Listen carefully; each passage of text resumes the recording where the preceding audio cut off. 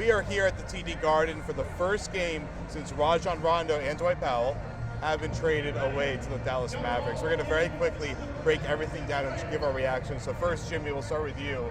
What do you think of this trade? Mind blown. Actually, not really though, because I think I expected a trade at some point. I didn't know. It did seem like it would kind of happen very quickly. I mean, the Mavericks came out of nowhere really with this. We really were hearing much. I wasn't hearing much about them being a suitor right away. Then you start here. Once Wojnarowski came out with the tweet, I was like, okay, it's getting real. Then Stein came out with it.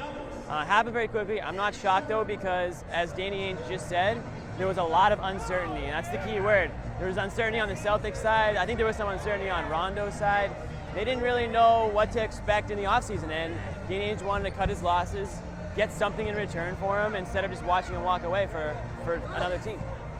Yeah, I mean, the deal makes sense. The Mavericks are kind of a perfect trade partner in the sense that their only hole was a point guard.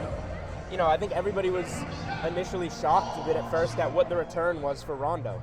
We all kind of priced it a little bit higher, but as Ainge said it, you know, it came together quickly. They thought it made sense. Uncertainty was the key word of that press conference. They did not want to lose Rondo for nothing, so they took what they could get. And they looked at a lot of other situations in the league where guys have walked away, especially that LeBron one. They're thinking, we got to get something more than, we got to get a draft pick here. We got to get some players of value. They get three guys that could be effective role players, and they can be traded before the trade deadline. I mean, Julian, do you see those guys staying around? Well, I think one of the keys to the trade was, you know, this date didn't just come out of nowhere. Ainge said this was well thought through, including the timing. So in doing this and having those 60 days of the players being on the team, they can now be traded before the deadline. So, you know, that's in Danny Ainge's mind. So I would say no, all three of these players are not long-term players for the Celtics, because Ainge wants to see what he can do at the deadline. Maybe, you know, if you can turn Brandon Wright with somebody into a first-round pick, now you're looking at the Rondo return saying, wow, now it turns into 2 first-round picks. I think Ainge is kind of open to anything, and we'll see what happens. Yeah, I mean, I don't see the players. It's kind of like the Nets deal. The players aren't really the part of the deal. Right, I mean, they make the money work, but listen, they're a rebuilding team more than ever. They don't need more role players and bit players like, you know, Jameer Nelson is just he's a veteran guard that, you know, they need a point guard, and someone's got to play point guard right now, but he's not a guy they're looking at down the road.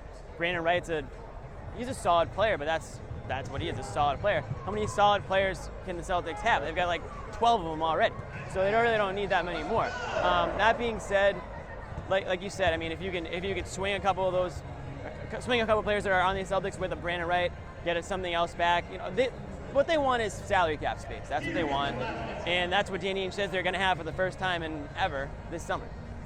And they did say that's pretty much the first time the Celtics have ever had salary cap space. They have so many draft picks. They have a lot of young guys on good contracts. This team didn't get a blockbuster move out of Rondo, but they do. They put a few little things on top of a pile that's ready to turn into something pretty big. Jimmy, do you think they can turn something big here in the next year?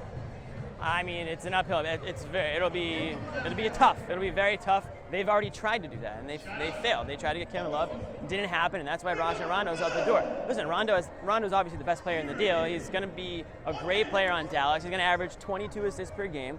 That's the over-under, 22. But it's just a wrong situation here for him. It's the wrong time. He doesn't have the right players around him. They don't have good enough players around him. And if he's your best player, that's not good, because they need a scorer to be their best player. He's going to be great on the average because they have scorers. Yeah, I mean, I don't see anything big right around the corner. This is going to be rebuilds take time, and you know, you got to have only luck a couple too. Years into it, and that's another thing. You got to get lucky. KG kind of fell into their lap the first time. Now, you know, all the parts are broken down. All the draft picks are here. We know they're going to have so many of them over the next few years. We'll see if they can turn them into something, or maybe they just get lucky and win a lottery and something falls into their laps. Okay, so last thing here. Now there's no point guard on this team. You have Marcus Smart, who was drafted, to basically fill that role. You have Jameer Nelson and Phil Pressey, but tonight it's Evan Turner that's starting. Where do the Celtics go right now at the point, Julian? Where do they go at the point is kind of just a by committee thing, I think. You know, Brad Stevens could have said Phil Pressey's starting tonight. He could have said Evan Turner's starting tonight. He could have said we're going to give it to Smart, even though he's coming back from an injury. And would anybody have even batted an eye at that? No. And then, you know, they're going to start working Jameer Nelson in once he becomes available next game. So, you know, flip a coin, take a guess. Who knows? I mean, they're just plugging holes right now. It's obviously a little bit chaotic tonight. I mean, you got 3 guys that are coming in that aren't going to play. I mean, Nelson's going to be a point guard, obviously, when he gets acclimated. But listen, the goal is to get Smart in there, I think. He's not a natural point guard, as Damien said. He's still young, and he's not healthy. So he's going to become all those 3 things, and then maybe we're talking about Marcus Smart the way we're talking about Rondo in a couple of years, where we're thinking very highly of him, and we're breaking down every single play and mistake that he makes. That's all we do on this show. So that's going to be it for our pregame. We'll see you in the morning for our postgame show.